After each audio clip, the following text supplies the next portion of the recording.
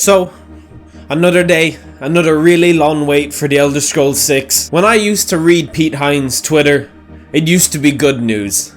Really good news. But now I've realized I'm going to be 27, probably, by the time the Elder Scrolls 6 comes out. What am I supposed to do? There's only so many times I can put up with...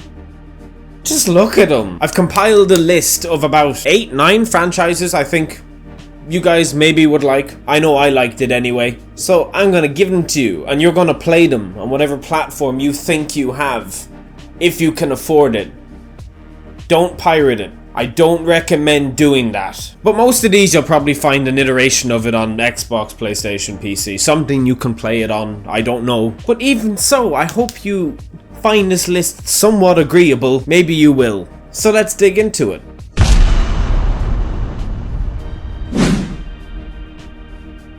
So we're going to start with Metro. If none of you have heard of Metro, but you're a huge fan of the Stalker series, or maybe the Fallout games, or Mad Max and its world full of crazy lore and movies, or the game that was made, and you haven't played Metro for some reason, you are missing out. There's two games in the Metro series. They're a linear action type shooting kind of game. I don't know how to fully explain it because there's so many different types of mechanics in the game, yet it's so simple. I don't think any other game has pulled off shooting and the way bullets and pure fear of everything, the atmosphere. It's just so perfect for an apocalyptic world. You'll be tested throughout the game whether to spend your bullets on killing the enemy that might kill you or spending them on more bullets. The monsters themselves are pretty hard. I wouldn't recommend playing it in anything below normal. Last Light's pretty much the same. The two of them are very similar to one another. You'll find a great experience with both of them though. It's pretty much the same shiz going on, the same linear stories, the same type of characters, but it's an experience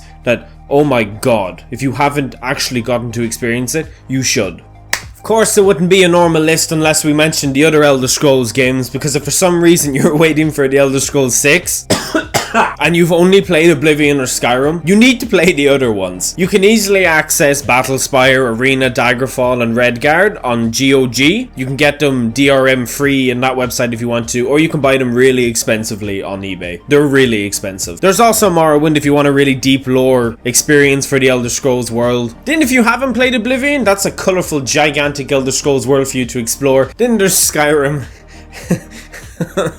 Now, if you're a fan of Star Wars and you want an even more advanced version of an RPG, aka anything more advanced than anything Todd Howard can produce, then the Knights of the Old Republic is for you. And if you like Star Wars and sci-fi, it's a bit different from the fantasy setting on the ground. Instead, it's in spaceships above. It works in a turn-based combat sequence through the entire game. You have your skills, you have the different weapons you can use, you have the multitude of characters to love, the different planets to go to, all the different skill trees that can advance in all types of gameplay. It's such an open-ended, old-school RPG. It's very hard to dislike it. If you do dislike it, I just don't think you're a fan of slow games. But there's the two of them. A lot of people think the second Knights of the Old Republic is better than the first one. I think you should just play both. In all these franchises, the only thing I recommend not playing are side games not made by the original developers, aka don't play anything Elder Scrolls on the N-Gage, because they're terrible. And of course, you have the other Fallout games. If you haven't for some reason played Fallout 1 or 2 and you like isometric RPGs with a pretty simple quest to get to, you should play one of them. You'd be missing out. The first game is pretty simple but opens up the entire franchise's lore, even though,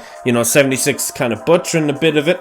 Then there's 76 coming out, you know, you could just play that, you know, that's a big thing, but we skip that. We're talking about old school, we're talking about old RPGs here, the old ones. If you want a more atmospheric experience in Bethesda Game Studios' first attempt at doing an RPG, you could do Fallout 3. Then there's Obsidian's take on it with New Vegas. New Vegas is pretty good for what it offers you in terms of RPG mechanics. You should also try Fallout Tactics. It's not like the other ones, it's more, you know, Warhammer 2, Dawn of War 2 kind of style gameplay if you like that sort of thing. I don't know, don't play Brotherhood of Steel.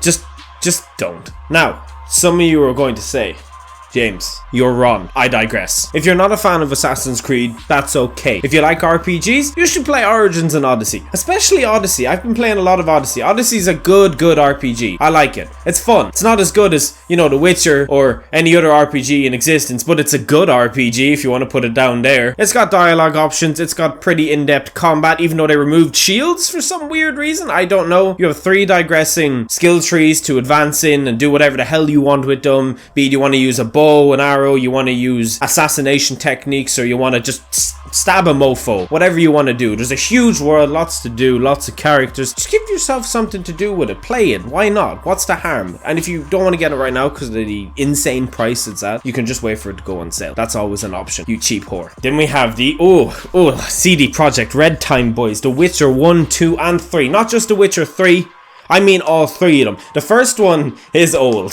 If you don't like seeing the same NPC 200 times in one area, don't play The Witcher 1. But it's good. Like, it is a good RPG. It's fun. It advances on the lore if you've already played 3 or whatever. Then there's 2. 2 is just much more refined, but I think, in my opinion, I'd put 2 at the bottom of my list, but still play it, don't miss out on one. Then there's The Witcher 3. If you haven't heard about The Witcher 3 for some weird, strange reason, why aren't you playing it? Like, literally, go and play it. If you like fantasy games with swords, magic, go and play. Why are you still here? Leave. That'll literally keep you going until like 2030. That's until Cyberpunk actually comes out. No, there you go, Cyberpunk. We have Cyberpunk. Don't know, that's probably not going to come out until the same time that The Elder Scrolls 6 is. I don't know when that game's coming up, but hopefully not too far away. Now, since it's Spooktober, we need something horror orientated, and I think my favorite Bethesda related game that's horror has to be The Evil Within. That still shares some RPG mechanics that you can use. If you tell me this doesn't count as an RPG, I will smite you. If you want extensive trees and some more adaptation to the character you're playing as, and some deep horror lore and really well refined characters, I would play The Evil Within 1 and 2. They're great options for horror games to play for the month since they're terrifying. They're really well done. The first game has a few frame rate problems here and there, but the second one, that's a good sequel. So you should get yourself out there and play at least the 2 of them, because it'll give you so much to do for the rest. Like, these games will fill in so much time for you. How could you not want to play any of them? Now, if you want another combat-focused RPG, you have 3 action shooting, if you like guns, basically, and I mean a lot of guns. You have the entire Borderlands franchise, Borderlands 1, 2, and the pre-sequel to get into. A lot of people diss the pre-sequel, but it's more content and more gameplay for you to enjoy. If any, play Borderlands 2. Borderlands 2 is the one you want to play. There is so much character development, so many DLC, so many guns, so many bosses. There's just so many ways to develop all the characters you're given. You're given a multitude of characters to use outside of DLC. 4 big characters with completely different abilities, different types, different ways to play the character. I have yet to find somebody who dislikes Borderlands. It's really, really hard to, and they have VR coming out for it on the PlayStation this Christmas, so you should, what a better time to get into it.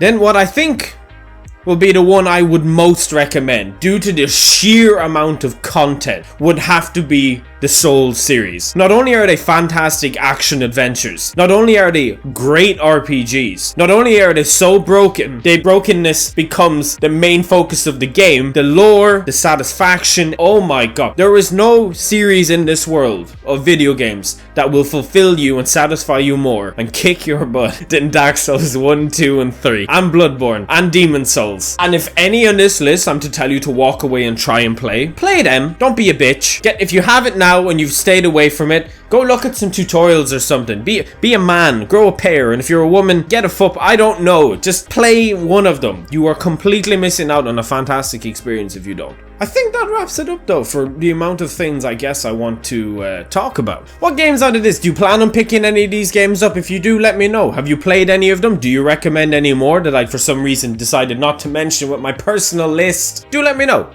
I'd like to know what kind of games you'll be playing until The Elder Scrolls 6 comes out. Will you still be on this planet? Will the planet still be here? It's so far away. But that sums it up. If you did like this video, leave a like. Should I continue to be... Do you like this? What do you want? I don't really mind, but do subscribe if you like more stuff like this. There'll be plenty more to come with 76 coming out. I'm just so excited for... Man, I'm just ready. I need this new Fallout game. Something to fill this hole I've had for years. And also, if I do this, I'm gonna need an outro, but I don't have one. So, for now, goodbye.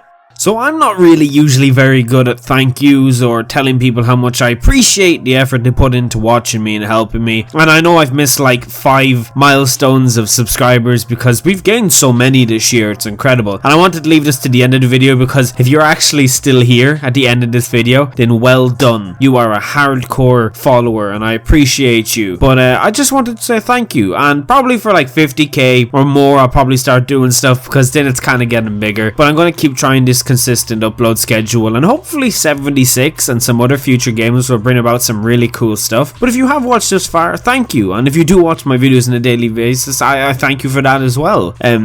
If you do like them, make sure to hit that bell icon, because YouTube does its thing sometimes where it doesn't work very well. But yeah, I appreciate it, and I hope you all have a really good week ahead of you. I said I'd just do this now instead of making one whole video for it, so thank you, and yeah, that's pretty much it. Ta-ta!